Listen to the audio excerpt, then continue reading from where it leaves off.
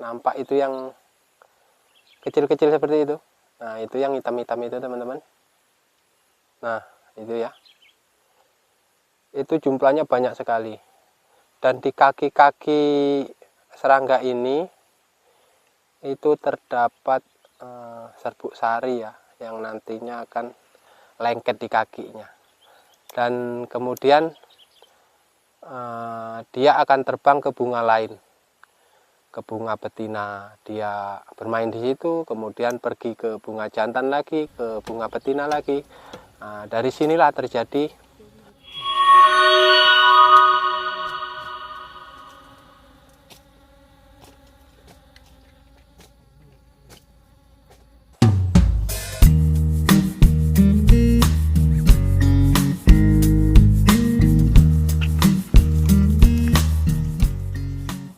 Assalamualaikum warahmatullahi wabarakatuh.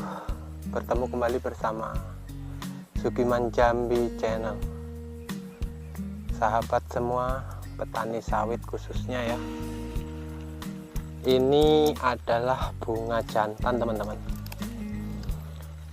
Bunga jantan ini berfungsi untuk menyerbuk dari buah-buah betina seperti bunga-bunga betina maksudnya.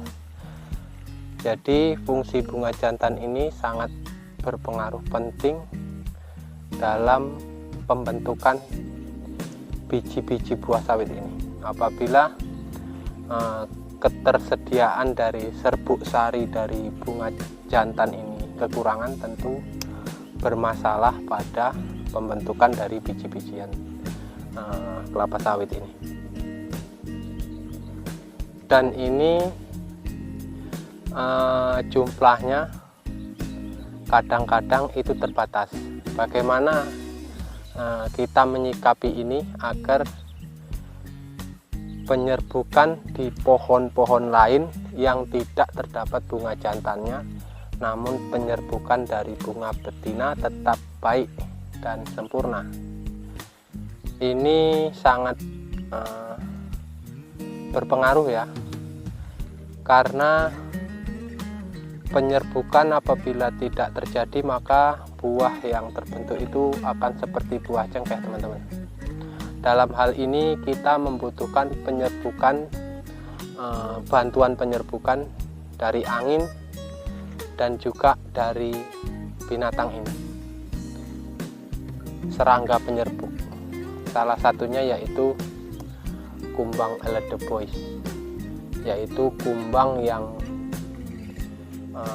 kerjanya itu bermain-main di bunga jantan.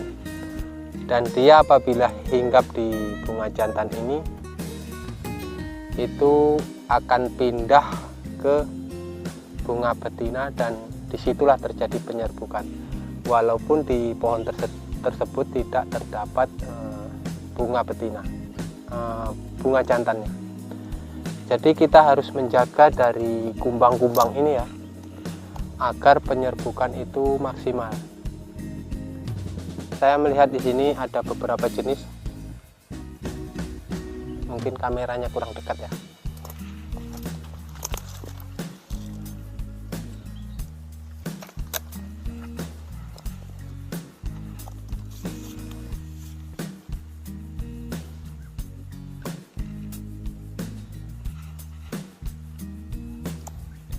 Ini yang besar-besar udah pada kabur teman-teman. Jadi di sini yang masih nampak itu yang kecil-kecil seperti itu. Nah, itu yang hitam-hitam itu teman-teman. Nah, itu ya. Itu jumlahnya banyak sekali. Dan di kaki-kaki serangga ini itu terdapat serbuk sari ya, yang nantinya akan lengket di kakinya. Dan kemudian dia akan terbang ke bunga lain, ke bunga betina. Dia bermain di situ, kemudian pergi ke bunga jantan lagi, ke bunga betina lagi. Nah, dari sinilah terjadi penyerbukan di bunga betinanya, karena di kaki-kaki binatang ini membawa serbuk sari bunga jantan. Kita harus menjaga binatang-binatang ini ya. Bagaimana caranya agar binatang-binatang ini tetap betah tinggal di kebun kita? Salah satunya yaitu kita harus hati-hati dalam menggunakan herbisida tentunya. Karena herbisida berpengaruh besar dengan keberadaan mereka. Karena sedikit banyak herbisida ini akan mengganggu kenyamanan dari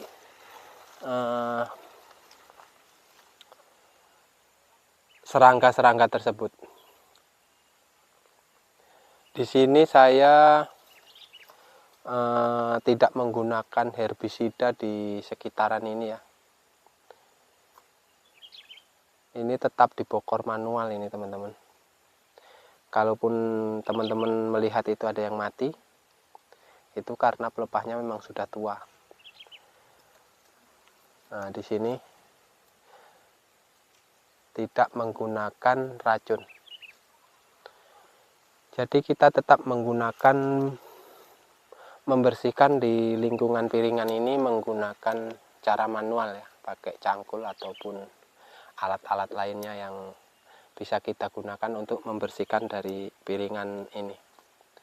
Ini tujuannya salah satunya yaitu agar konsentrasi dari serangga penyerbuk ini tetap betah tinggal di pohon-pohon kelapa sawit ini, supaya penyerbukan di bunga betinanya itu tetap maksimal dan tidak terganggu.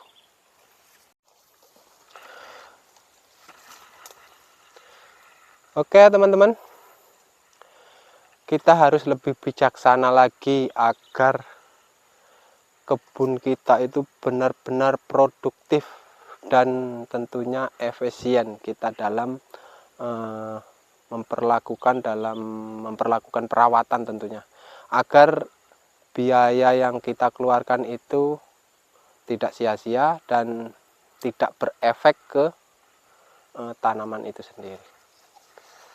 Semoga video ini bermanfaat buat seluruh petani semuanya. Pesan saya di sini, jangan gunakan racun rumput di sekitaran piringan. Ini supaya serangga penyerbuk tidak kabur dan tetap betah tinggal di sini. Yang kedua, agar daun-daun yang hijau ini tetap menghijau karena tidak terkena racun rumput tentunya. Saya kira cukup sekian. Semoga video ini bermanfaat buat teman-teman semua. Assalamualaikum warahmatullahi wabarakatuh.